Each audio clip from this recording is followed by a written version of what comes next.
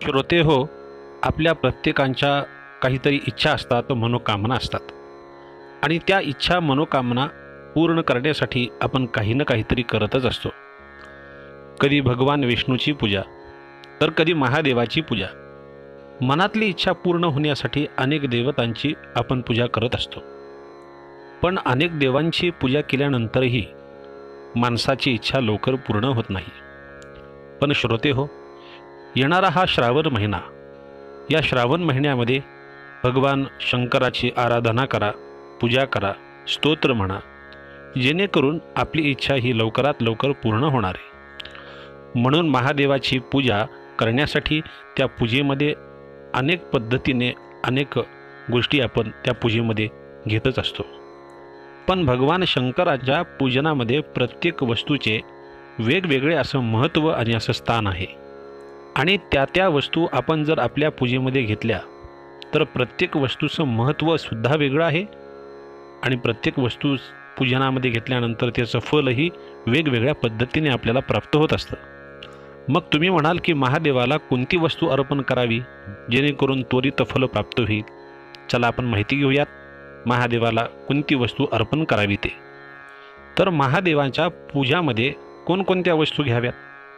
पहिली वस्तू अक्षदा. या अक्षदा महादेवाला अर्पण केल्यानंतर आपल्यावर जर कोणाचं कर्ज असेल किंवा आपल्याला कोणाचे पैसे द्यायचे असतील, आपल्या घरामध्ये आर्थिक चणचण असेल, तर या अक्षदा वाहिल्यानंतर आपली आर्थिक चणचण ही दूर होणार आहे.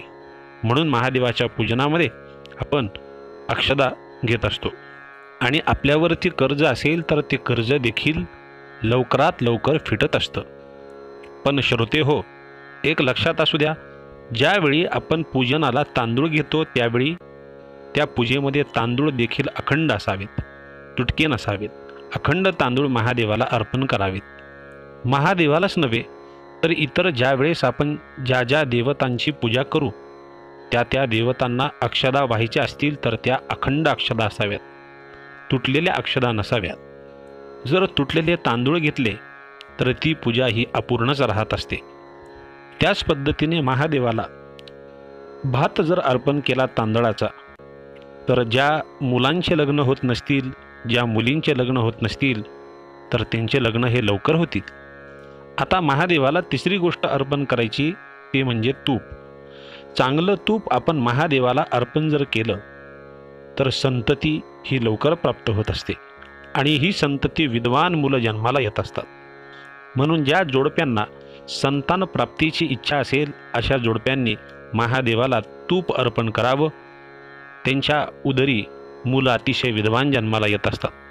म्हणून श्रोते हो, योग अतिशय चांगला आलेला आहे. महिनाभर महादेवाला जर पाणी वाहिलं आणि चांगल्या तुपाचा दिवा महादेवाच्या समोर जर लावला तर नक्कीच आपली इच्छा ही पूर्ण होणार आहे. आणि ही सेवा पती आणि पत्नी या दोघांनी मिळूनच करावी, जेणेकरून लवकर फलप्राप्ती होईल, संतान प्राप्ती होईल. आता महादेवाला श्रावण महिन्यामध्ये गहू किंवा जव अर्पण केले तर पती पत्नीचे भांडण हे कधीही होत नाहीत. नवरा बायकोचे सतत भांडणं होत असतील तर त्यावरती हा अतिशय सुंदर आणि सोपा उपाय सांगितला गेलेला आहे. आणि त्याच पद्धतीने आपल्या घरामध्ये धन धान्य आणि बरकत्ता अखंड राहत असते. त्याच पद्धतीने महादेवाला या श्रावण महिन्यामध्ये दूध आणि पाणी या दोन्ही गोष्टी एकत्र करून दररोज महादेवाच्या पिंडीवर ओम नमः शिवाय या मंत्राने जर दूध आणि पाणी हे मिश्रित जल जर आपण वाहिलं तर आपल्या घरातील लोकांना आरोग्य प्राप्त होत असते आणि आपले आरोग्य हे निरोगी राहते. आता पुढची गोष्ट, महादेवाला केशर अर्पण करा. जर केशर महादेवाला आपण अर्पण केले तर आपल्याला कुठल्याही गोष्टीची कमतरता भासत नाही. आपल्याला मान सन्मान, आपली प्रसिद्धी होते आणि आपली आर्थिक सुख प्राप्त होत असतं. त्याच पद्धतीने महादेवाला उसाचा रस अर्पण जर केला तर आपले सगळे संकट दूर होतील. महादेवाला गूळ अर्पण केला, साखर अर्पण केली तर आपले सगळे काही संकट पळून जातील. आपल्या कुटुंबावरती कुठल्याही प्रकारचं मोठं संकट येत नाही. त्याच पद्धतीने दारिद्र्य देखील नष्ट होत असते मंडळी. आणि विशेषतः ही गोष्ट सौभाग्यवती स्त्रियांनी तर नक्कीच करावी. जर सौभाग्यवती स्त्रियांनी महादेवाला गूळ, साखर किंवा उसाचा रस जर अर्पण केला तर सौभाग्यवती बाईंना सौभाग्य प्राप्त होत असतं. महादेवाला दही अर्पण केल्यानंतर आपण धैर्यवान बनतो. आपल्यामध्ये एक प्रकारे उत्साह प्राप्त होतो आणि निर्णय जर घ्यायचा असेल तर तो निर्णय देखील आपण शांत चित्ताने आणि व्यवस्थित घेऊ शकतो आणि धैर्याने प्रत्येक संकटाचा सामना देखील आपण करू शकतो. आता महादेवाला चंदन अर्पण जर केले तर आपल्या अंगावरती एक प्रकारची कांती येते आणि चेहरा अतिशय तेजपुंज दिसतो. आता महादेवाला मध जर अर्पण केला तर आपल्या बोलण्यामध्ये एक प्रकारचा गोडवा आपल्या या बोलण्यामध्ये प्राप्त होतो. एखादा व्यक्ती बोलत असेल तर त्याचे बोलणे ऐकतच राहावे असं वाटत असते, म्हणून मध अर्पण करावा. बोलण्यामध्ये माधुर्यता येत असते. आता महादेवाला श्रेष्ठ वस्तू म्हणजे ती बेलाची पानं अर्पण करावी, कारण बेल अर्पण केल्यानंतर आपल्या जीवनातील सगळ्या वाईट गोष्टी या सगळ्या दूर होतील आणि आपलं जीवन हे सुखमय होईल. म्हणून म्हणतात ना, महादेवाला या सांगितलेल्या इतर गोष्टी जरी आपल्याजवळ नसतील तरी प्रत्येक माणसाने एखादं का होईना बेलाचं पान पिंडीवरती अर्पण करावं. आपल्या सकल मनोकामना पूर्ण होत असतात. त्याच पद्धतीने पांढरे फूल देखील महादेवाला अर्पण करावे. पांढऱ्या वस्तू या महादेवाला अत्यंत आवडतात, कारण पांढरी वस्तू ही सात्विक वृत्तीची असते. ती चांगल्या भावनेने अर्पण केल्यास भक्ताच्या घरामध्ये बरकत्ता प्राप्त होत असते.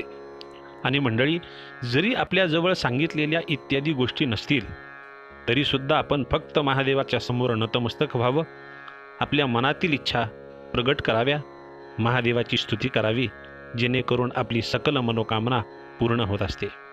तर मंडळी, यापैकी सांगितलेल्या गोष्टीपैकी एखादी गोष्ट का होईना या श्रावण महिन्यात महादेवाला अर्पण करावी, जेणेकरून आपल्या सकल मनोकामना पूर्ण होतील. तर आमची ही माहिती आपल्याला नक्कीच आवडली असेल. आमची ही माहिती आपल्याला आवडली असेल तर आपल्या या चॅनलला लाईक करायला विसरू नका. कमेंट बॉक्समध्ये कमेंट करा आणि या चॅनलला सबस्क्राईब अजूनही केलं नसेल तर सबस्क्राईब करा आणि ही माहिती इतरांना देखील पाठवा. धन्यवाद. ओम नमः शिवाय.